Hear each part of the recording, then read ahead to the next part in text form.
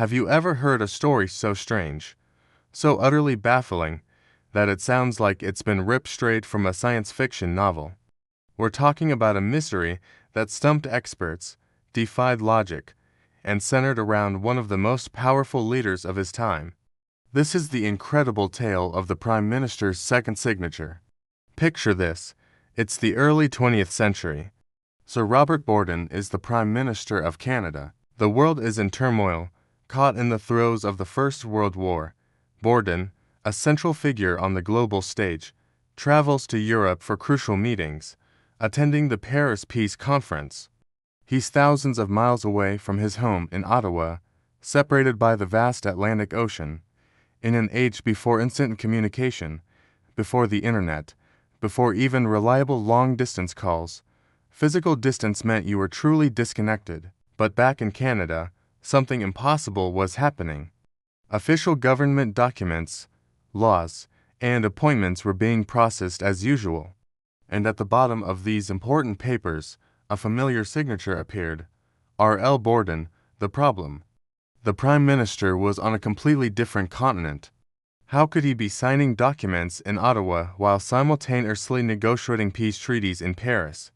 Now, the immediate, logical assumption was forgery.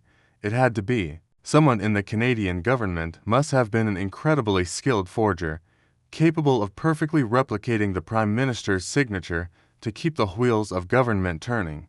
It was a risky move, but perhaps a necessary one during wartime.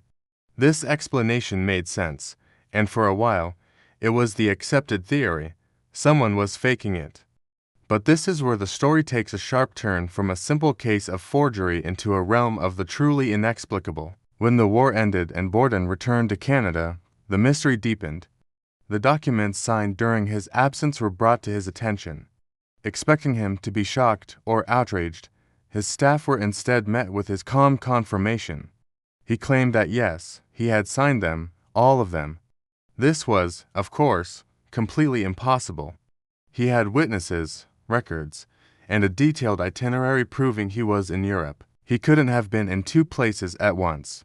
So, the next logical step was to bring in the experts.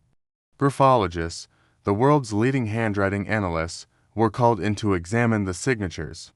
They were given a set of known, verified signatures ones Borden had definitely signed while in Canada and were asked to compare them with impossible signatures from the documents signed while he was abroad. The analysts went to work, scrutinizing every loop, every line, every bit of pressure and slant in the ink. They were looking for the telltale signs of a forgery, the microscopic hesitations or inconsistencies that even the most skilled forger leaves behind. The entire government, and soon the public, awaited their verdict. Everyone expected them to declare the signatures a masterful, but ultimately detectable fake. The results that came back were mind-boggling. The experts were unanimous. The signatures were not forgeries. According to every scientific metric available, the signatures on the documents from his time in Europe were authentic. They concluded, with absolute certainty, that they were made by the same hand that signed the verified documents, the Prime Minister's hand. So now, they were faced with a paradox. A man was physically in one location, yet his authenticated signature was appearing on documents thousands of miles away. How could this be? The official explanation of a forgery was now debunked by science itself. Logic seemed to break down completely. Was it possible that the Prime Minister had a secret identical twin who was also a perfect handwriting mimic? Highly unlikely. Did he pre-sign thousands of documents? A logistical nightmare that seems utterly impractical. Also, not a feasible explanation. This is where the story enters the world of the paranormal and the unexplained. People began whispering about other possibilities, ideas that were far outside the mainstream. One of the most prominent theories that emerged was that of astral projection or bilocation. This is the alleged ability of a person's spirit, or consciousness, to travel outside the physical body and manifest in a different location. Could Sir Robert Borden have been unconsciously projecting himself back to his office in Ottawa to carry out his duties?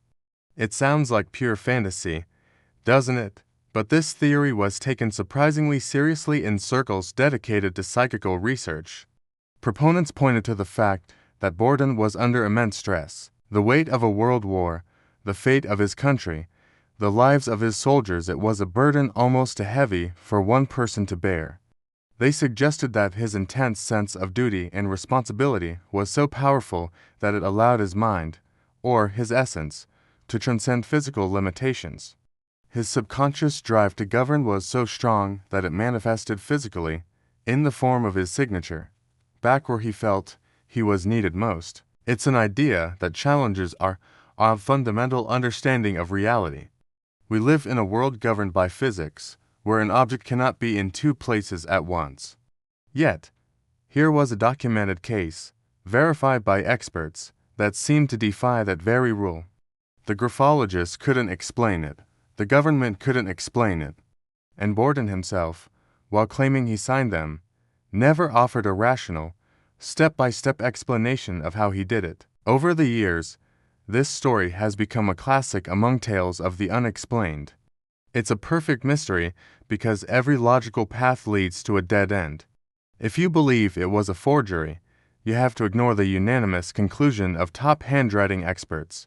If you believe Borden somehow did it himself, you have to throw out the laws of physics as we know them. To this day, the case of Sir Robert Borden's second signature remains officially unsolved. Was it the most brilliant, undetectable forgery in political history, a feat so perfect it fooled the best experts of the day? Or was it something more, a glitch in the fabric of reality? Proof that the human mind, under extreme pressure, possesses abilities we are yet to comprehend. It's a story that forces us to question the limits of what is possible. It's easy to dismiss it as a quirky, historical anecdote, but the evidence, the physical documents, and the expert analysis is real. It leaves us with a tantalizing question: what really happened in that Prime Minister's office while he was an ocean away? We may never know for sure, and perhaps that's what makes this mystery so eternally fascinating. What do you think happened? A government conspiracy, a paranormal event, or something else entirely? Let me know your theories down in the comments. Thanks so much for watching, and if you enjoyed diving into these kinds of historical mysteries, make sure to hit that subscribe button and ring the bell so you don't miss our next investigation into the unexplained. See you next time.